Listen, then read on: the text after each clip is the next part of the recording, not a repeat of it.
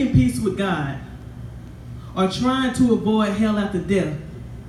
Bedsides have become casket confessions. Hope and fear gave God the same followers. So when 82-year-old Carolyn Bryant said she lied on Emmett Till, nothing in me accepted her apology. Why are you apologetic now? It's because you took the role of God and gave Emmett the same painful death as Jesus. Privilege is so hard to understand when you're always on the back end. The last thing parents want to do is bury their own children. So it's hard for me to believe that you finally felt remorse for Mamie Till when you lost your son. Well, how did he die?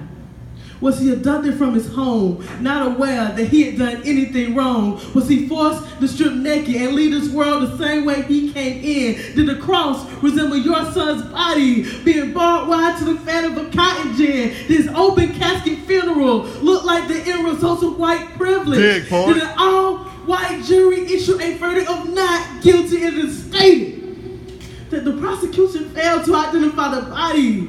Was his body looked at as just another black nobody? Race loves to claim black bodies no matter what the age. But see, he was 14, a boy, not yet a man. See, your son died as an adult. What if that was your son? And maybe Till would have lied on him. Do you think the same thing would have happened? Could you live with being a victim of generational genocide, devote your whole life to civil rights, live through the fact that the people who killed your son got off?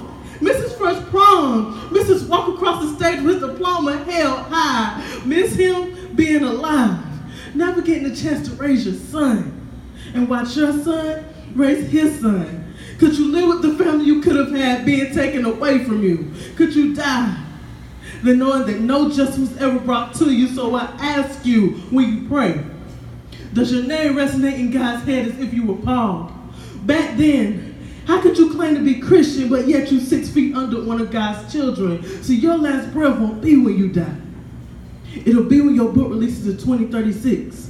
When white people realize what black people knew all along, that you, Miss Carolyn Bryant, was a fucking liar that should have been crucified in Emmett's blood. No resurrection. Because ain't nobody gonna miss you. Let go. Let go. What that mouth do? Am I allowed to do a second one, or should I just go ahead? Do the poem with the words. Do the one with the words. Do that shit with the words. I love that shit. All right. I like words, so I'll do that one. Dig, poet. I am happy to join you today in what will go down in history as the greatest demonstration for freedom in the history of our nation. 6 years ago, an American created a holiday that inspired women all over the world. This momentous decree came as a beacon of awareness to millions who have had theirs held in captivity. See, some of y'all are sitting here today and don't even know you're oppressed. Y'all, I'm talking about titties. But see, 6 years later, breasts are still not free. 6 years later, bras are still crippling our titties. Let's go. 6 years later, the only consistent freedom titties have is across the ocean where they are freed from bondage. Do you want to be free? Because I want to be free. And so today, America, I've come to dramatize a shameful condition. In a sense, we have become accustomed to the demands put on us by society. But on October 13th, 2011, National No Bra Day was created. And see, I did a little research, and I found out it started in Canada. Drake shouldn't be the only thing Canada is known for. But see, I digress. This day came as a promise that all women, yes, I said all women, will be encouraged to pursue a nipple-free lifestyle. It is obvious today that America has defaulted on their promise. And well, I'm concerned. Fellas, we're gonna need your help during this move. See, I know that bra is a pesky roadblock when you're trying to get to your destination. But see, if that's your bra, you take off her shirt and them titties be sitting there like, well, bam, thank you, ma'am. If it wasn't considered a prop, I'll take mine off right now. I'll conclude that America is fine with breasts. It's the nipples they don't like. See, now it's time for us to speak up and reap the benefits. Studies have shown that wearing a bra past a certain age won't reap the benefits of selling going braless. So we need to start today, ladies. It would be fatal for the nation to overlook the urgency of this moment.